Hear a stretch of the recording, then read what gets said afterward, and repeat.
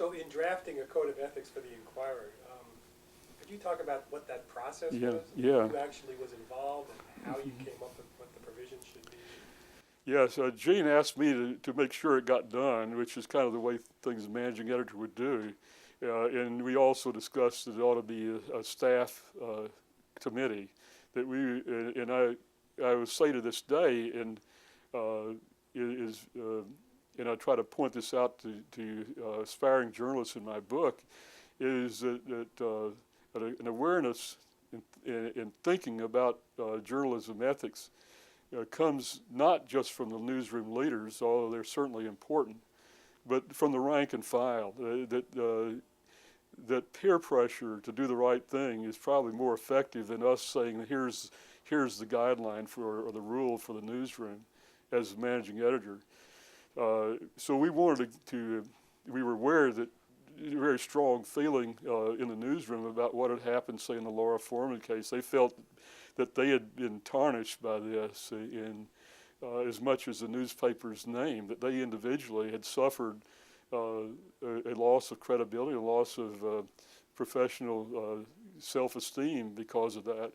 So we got staff members involved, and Jim Naughton became the kind of the scribe who we'd have meetings and talk about it, and Jim would then kind of codify and issue proposed guidelines that we'd all then discuss again.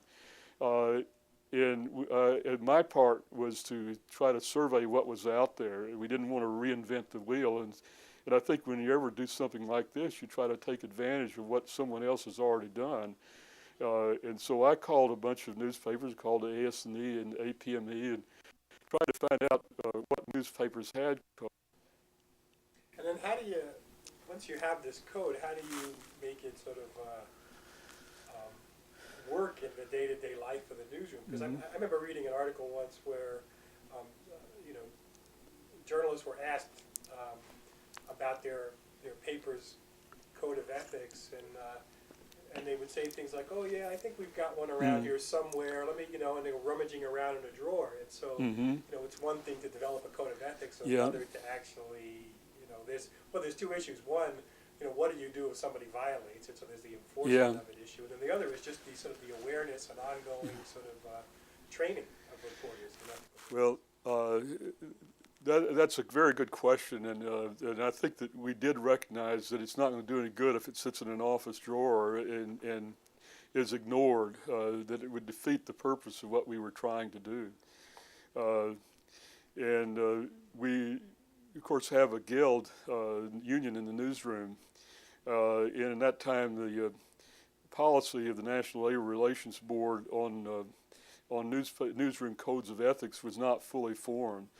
As a matter of fact, during that period, the Madison the Madison newspaper in Wisconsin issued a comprehensive guideline on freebies and say that we're not going to accept free tickets. We're not going to do the sort of thing that today is a given.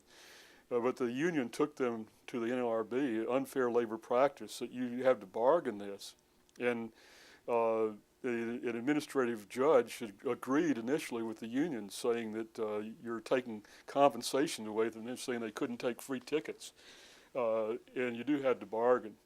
The NLRB eventually then, in the 70s, did set aside that ruling and said that, yes, you can write your own code of ethics, but you can't enforce them like other work rules that are in the contract.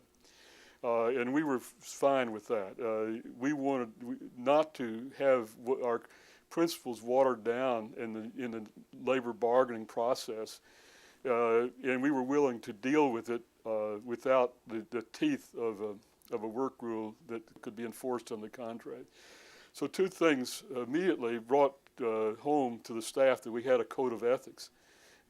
One was that the book editor was found to have been sending review copies to the Strand bookstore in New York to be resold, and he would then pocket the money from the review books that had been sent to him. Interestingly enough, he had been a part of the committee that had written the code and provided the language that review books may not be sold under any circumstances. The APME was doing a study, and some editor got a staff member hired by the Strand bookstore who made notes on which book editors were sending books in, and our guy was one of them. So we couldn't fire him because for violating the code of ethics, because it didn't have the standing of a contractual workroom. But we removed him as a book editor, and he eventually, fairly soon left the paper. Then the nightlife columnist was found to be going into business, establishing something that would be covered by his nightlife column, and would be in partnership with someone that, by our count, going back into the archives, had been mentioned favorably 56 times in the last year. So Gene Roberts told him, you can't go into this business and continue to be our nightlife columnist. And he said, well, I'm going to go into this business. And Gene said, you're no longer our nightlife columnist. And then he soon left the paper. We didn't go out and advertise it. Everybody in the newsroom knew about it. So they knew that we now had a code and it meant something.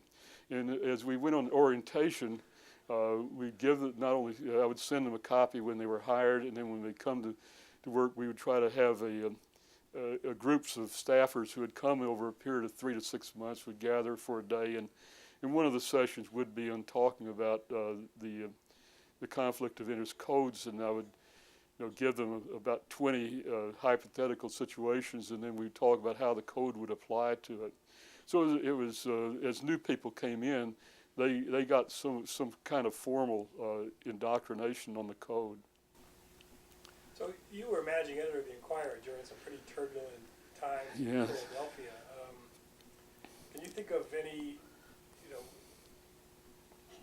thorny ethics issues that came up in the coverage of the city or the world beyond the city during your tenure there, where you really had to make some tough decisions? Having to give up a child that they had bonded with and so forth, and I don't see heroes and villains in this thing, because I think that the birth mother had a legal right to ask for the baby back, but it clearly was an emotional problem.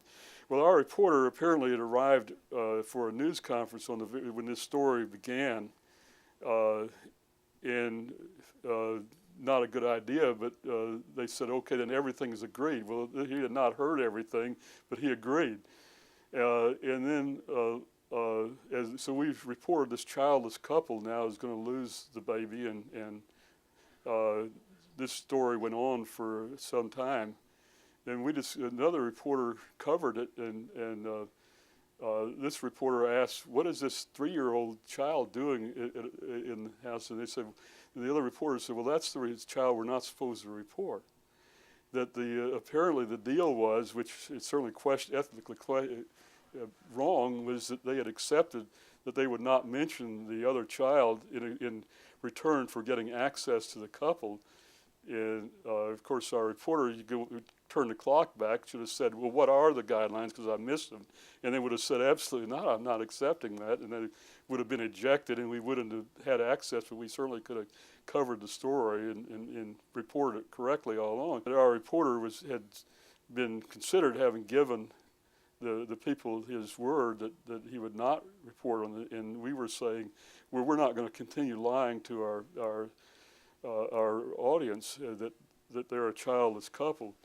And it wasn't explained very well by us in the paper why we had done this, which I think is another thing we've learned about ethics, is that you need to be transparent. You need to try to explain everything. And we just said that we had discovered this and that we were now reporting it, and which led some people to write letters to the editor saying, well, what is there? Is a rule you can only have one child or something like this? What difference does it make? And they missed the point. The difference was not whether you can have one child or 2 or 10, but do we tell you the truth, the readers the truth?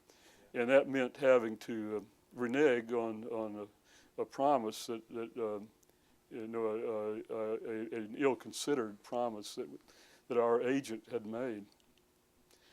So that's the kind of things that come up, and I think that with the benefit of the kind of training that we're trying to give our students now, that even though I'd been in the business a good time, while I could have handled it a lot better.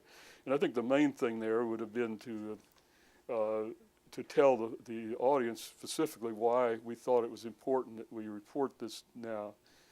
That we were not concerned about the number of children, but rather the truth of what we were reporting.